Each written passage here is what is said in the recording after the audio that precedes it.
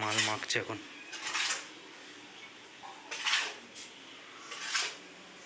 আমাদের শিব ঠাকুরটা মন্দিরে বাড়ির গেটের ওপরে ছিল। আপনাদের সবাইকে স্বাগত আমার একটা ব্লগে। আজকে আমার বাড়িতে হচ্ছে সত্যনারায়ণ পুজো, আর উপরে আমাদের মন্দিরে যে বাড়ির গেটের মাথায় একটা মন্দির ছিল, শিব ঠাকুর ছিল, ওটা নিচে নামিয়ে প্রতিষ্ঠা করব। তো ওটাই আপনাদের দেখাবো। তো চলুন। আমাদের শিব ঠাকুরটা মন্দিরে বাড়ির গেটের ওপরে ছিল, তো রোজ উঠে সেবা দিতে পারছিলাম না জল মিষ্টি, তো নিচে নামিয়ে নিচে প্রতিষ্ঠা করব। তো নিচে ওখানে কাজ চলছে, ওখানে এখন আপাতত এখানে রেখেছি। গেটের ওখানে একটা বজরংবলী রেখে দিয়েছি স্থাপন করে, মন্দির খালি রাখতে নেই যেহেতু। তো দেখুন কাজটা করছে, মাল মাখছে এখন।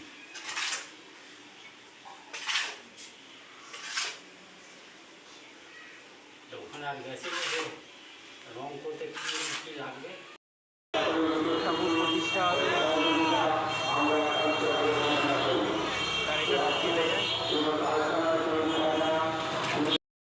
এখন যাচ্ছি দশকর্মা বাজারে। বাড়ির পুজো হবে সত্যনারায়ণ আর শিব পুজো হবে, তো সেই জন্যই যাচ্ছি। আমরা এখন উত্তরপাড়া এসেছি কাঁঠাল বাগানের দিক দিয়ে। তো সঙ্গে থাকুন, দেখাবো কি কি কিনলাম। তিনটে নিয়ে নি আকন্দর মালা,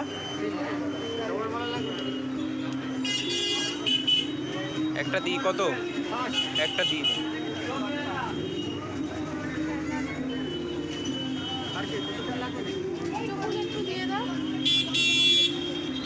10 টাকা নিয়ে নে।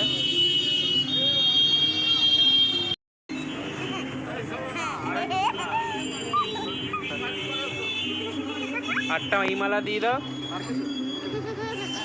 আর আকন্দর মালা দিয়ে দাও 3টে।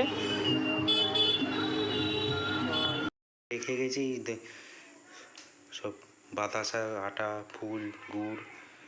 নমঃ পুণ্যাং ভাবন্তু ধ্রুবন্তু পুজো হচ্ছে আমাদের সত্যনারায়ণ পুজো। ওং নমঃ পুণ্যাং ভাবন্তু ধ্রুবন্তু নমঃ পুণ্যাং ওং নমঃ পুণ্যাং নমঃ কর্তব্য শ্রী গণেশাদি নানা দেবতা পূজা পূর্বক ভগবান শ্রী সত্যনারায়ণ সহিত ধনধান্য মহালক্ষ্মী নমঃ। এই সূর্য সহস্রাংশ তেজ রসে ও রূপম্পাং মান ভক্তাং রেখায় জ্বলছে না তো কেরোসিন দিয়ে করে আনছি, দে না। হ্যাঁ এই সব ধূপ দিব ভগবতে সূর্যনারায়ণ নমঃ নমঃ। এই সব ধূপ দিব ভগবতে সূর্যনারায়ণ নমঃ। এই সব ধূপ দিব ভগবান সুরাগং সদ তুলসী ভক্ত ভগবান বিষ্ণু নারায়ণ নিবেদয়ামিষা। ভগবান বিষ্ণু নারায়ণ নিবেদয়ামিষা বিষ্ণবে। ওম তত বিষ্ণু পরমাং পদং ওম সদা পশ্যন্তি সুরায় দেব সুরাগং সদং তুলসী ভক্তং ভগবান বিষ্ণু নারায়ণ নিবেদয়ামিষা।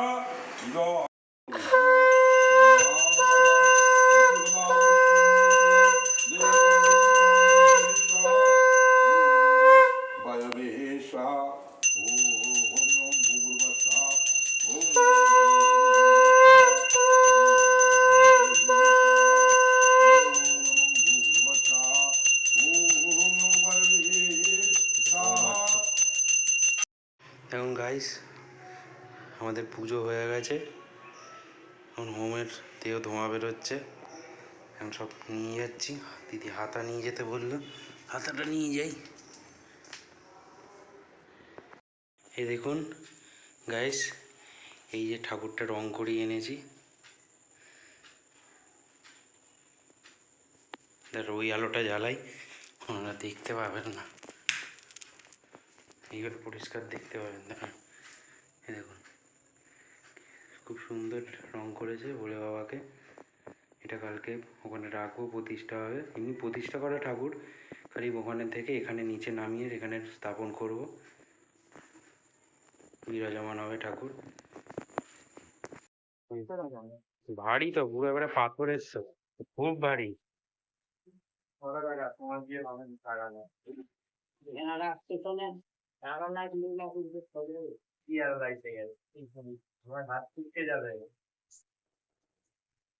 হ্যাঁ, আবার দেখে উল্টো করে আবার দেখে নিতে হবে।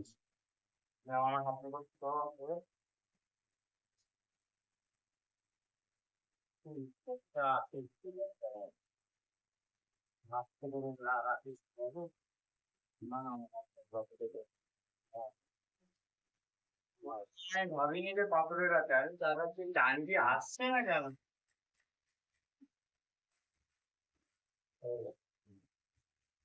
ময়লা ছিল, বেরিয়ে গেল।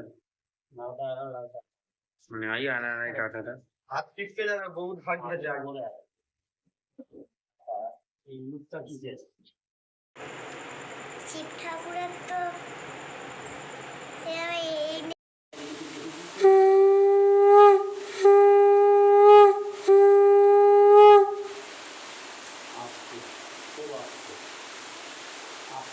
আস্তে আস্তে বসো, আঙুল ফাঙুল দেখে সাবধানে বসো।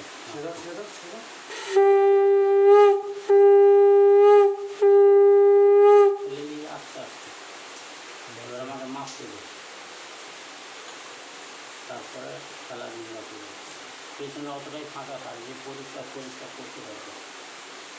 অনেক ফাঁকা আছে। আরেকটু দিয়ে দাও, আরেকটু দিয়ে দাও, ব্যাস। এই লাইনটা চলে শুরু করো। হ্যাঁ, এই লাইনটা একটু দিয়ে দাও। বেশি করে নিয়ে হাত ঢুকে করতে পারবি না, এই তো অনেক জায়গা আছে।